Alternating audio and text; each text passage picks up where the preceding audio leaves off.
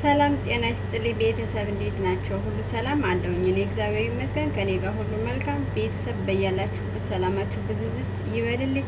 ዛሬ ደግሞ በአዲስ ቪዲዮ መጥቻለሁ። ላይክ፣ ሰብስክራይብ፣ ሼር እያደረጋችሁ አበረታቱኝ። ዛሬ ይዤላችሁ የመጣሁት ቪዲዮ አንድ ጓደኛ የነበረችና ቤይሩት ኮንትራትም አመት ሆኗታል ታያሰሩላት። አንደኛ፣ ሁለተኛ ደግሞ ደሞዟንም እስከ 3 ወር ድረስ እያቆዩ ነው የሚሰጧት። ብቻ በጣም ያሳዝናል። ደግሞ 2 ቤት 3 ቤት ነው የሚያሰሯት ማለት ነው። እስኪ የእሷን ድምጽ ሰምተን ተመልሰን እንመጣለን። ጤና ነኝ። እኔ እዚህ የመጣሁት ቤይሩት ነው። ቤይሩት ከመጣሁ አመት ሆኖኛል። የሚያሰሩኝ ደግሞ 2 ቤት ነው። 2 ቤት ነው የሚያሰሩኝ። አንዳንዴም 3ኛ ቤት የሚወስድብኝ ቀን አለ ማለት ነው። ዝም ብለው እያዞሩ ነው የሚያሰሩኝ እና ግራ ገብቶኛል ምን እንደማደርግ ማለት ነው። ደግሞ ኮንትራት አላሰሩልኝም። ኮንትራት ማለት ኢቃማ አላሰሩልኝም። አመት ሆኖኛል። ምን እንደማደርግ ግራ ገባኝ። ግራ ገብቶኝ ነው ያለኝ እና ምን ትኛለሽ? ሰው ቤትስ 3 ቤት ምናምን የመስራት ግዴታ አለብኝ?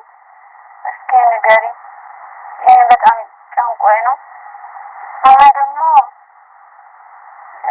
ኢቃማ አላሰሩልኝም አመት ሙሉ። አገሬ ስገባ እንዴት ነው መሆን ያለብኝ? ግራ ገባኝ። እኔ በጣም የጨነቀኝ አሁን የ2 አመቴን ስጨርስ እሄዳለሁ። በጣም ነው የሚያስቸግሩት። ደሞዜን እንኳን አይሰጡኝም። 3 ወር 4 ወር እያቆዩ በግድ ነው እያቆዩ የሚሰጡኝ እና ምን ላድርግ? ቆይቻለሁ እስካሁን አላሰሩልኝም ነው የምትለው። ያጋጥማል። እኔም እንደዛ አይነት ነገር አጋጥሞኛል ቤይሩት ማለት ነው። ግን ብዙ የሚረዱ ሰዎች አሉ። ወደ እነሱ ጋር ስሞታ ማቅረብ ነው፣ በሰዓቱ እንዲያሰሩላችሁ ማድረግ ነው። ደግሞም ይዋሻሉ። እኔ አሁን አልተሰራልኝም ወይ ብዬ ስጠይቃቸው 1 አመት ሲሞላኝ ቤይሩት እየሰራሁኝ ነበረ ያሉኝ። ተሰርቶልሻል ነው ያለኝ። ውሸታቸው ማለት ነው። ኢቃማ ደግሞ እናንተ ሳትመረመሩ ሜዲካል ሳትወስዱ ሳትፈርሙ ማንኛውም ህግ አያሰራም ኢቃማ ማለት ነው። መዳብ ብቻ ሄደው የኔ ሰውዬ ግን አሰርችልሻለሁ ሆነ ብቻዬን አለኝ ማለት ነው። ውሸቱን ያው ኮንትራቴን ጨርሼ አገሬ ልግባ ስል ግራ አጋባኝ ትንሽ ቢሆንም ግን ይሄን ደግሞ በዘዴ የተጠቀሙት እንደዚሁ ዋሽተዋችሁ ተከረሙና ኮንትራታችሁን ከጨረሳችሁ የምትሏቸው ወደ ሀገራችሁ ስትገቡ እኔ አገሬ ሄጄ ቤተሰብ ጠይቄ መመለስ እፈልጋለሁ ትላላችሁ ማለት ነው።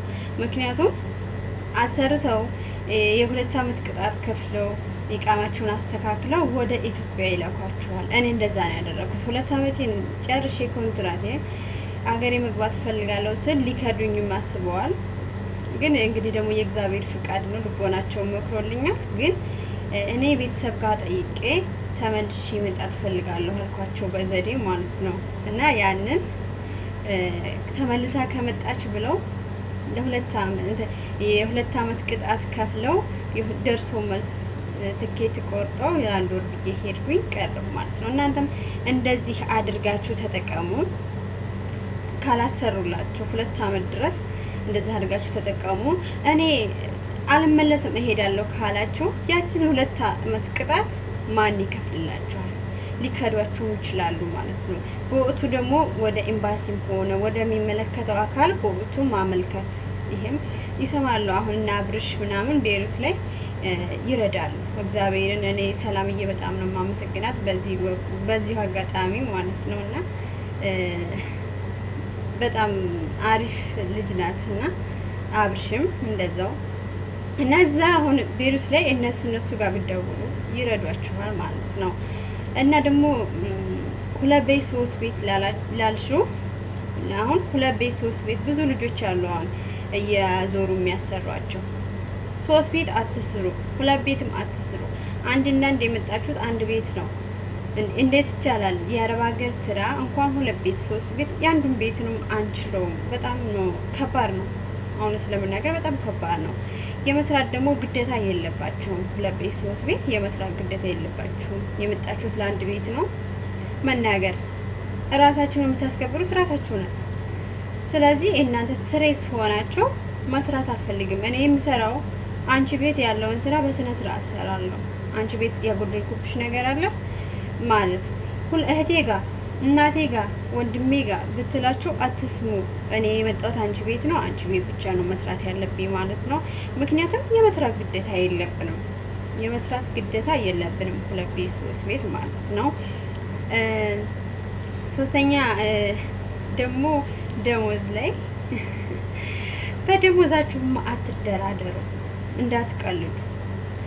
አረቦች ያታልላሉ። 2 ወር 3 ወር ድረስ ተቆየ ያታልላሉ። እውነት ለመናገር ማለት ነው በጣም ነው የሚያታልሉት። እና እንደዚህ ስትታለሉ ድረስ መቀመጥ የለባቸውም። ደሞዛችሁን በወር ተቀበሉ። በወር በቃ መቀበል አለባችሁ ግዴታ ማለት ነው። ማለት 2 ወር ድረስ አሁን 3 ወር ድረስ ያቆዩታል ነው ያለችው። ከ2 ወር በኋላ ወደ ህግ ብትሄድ ራሱ ፈግየት ነበርሽ ነው የሚላት። ከ2 ወር በኋላ ህግ የማይሰማ ይባላል እንግዲህ እና እንደዚህ ነው። በዚሁ አጋጣሚ ደግሞ ፊርማ የሚያስፈርሟችሁ አንዳንድ ልጆች አላቸው እህቶቼ፣ የመዳብ ቅመሞች፣ ፊርማ ስትፈርሙ ገንዘባችሁን በእጃችሁ መጀመሪያ መያዝ አለባችሁ። ታትቀበሉ ፊርማ አትፈርሙ። የሚያስፈርሟችሁ መዳቦች ስላሉ ነው አንዳንዶቹ ማለት ነው። መጀመሪያ ብራችሁን ተቀበላችሁ ከዛ ወዲያ ነው መፈረም ያለባችሁ። በወር ተቀበሉ። በደሞዛችሁ አትቀልሉ፣ ተቀበሉ። በወር አንድ ቀን ማታሳልፉ። በወር በዛችሁ ቀለት የመስጠት ግዴታ አለባቸው ማለት ነው። መብትና ግዴታችሁን ለይተን ማወቅ አለብን፣ እውነት ለመናገር ማለት ነው። ራሳችን ስራችንን አሟልተን መስራት አለብን እንጂ በደሞዛችን ኮንትራት ሳያሰሩ 2 ቤት 3 ቤት ይሄ እኮ ግዴታችን አይደለም ማለት ነው። እና ቤተሰብ የዛሬው ቪዲዮ ይከን ይመስላል። ላይክ፣ ሰብስክራይብ፣ ሼር እያረጋችሁ አበረታቱ።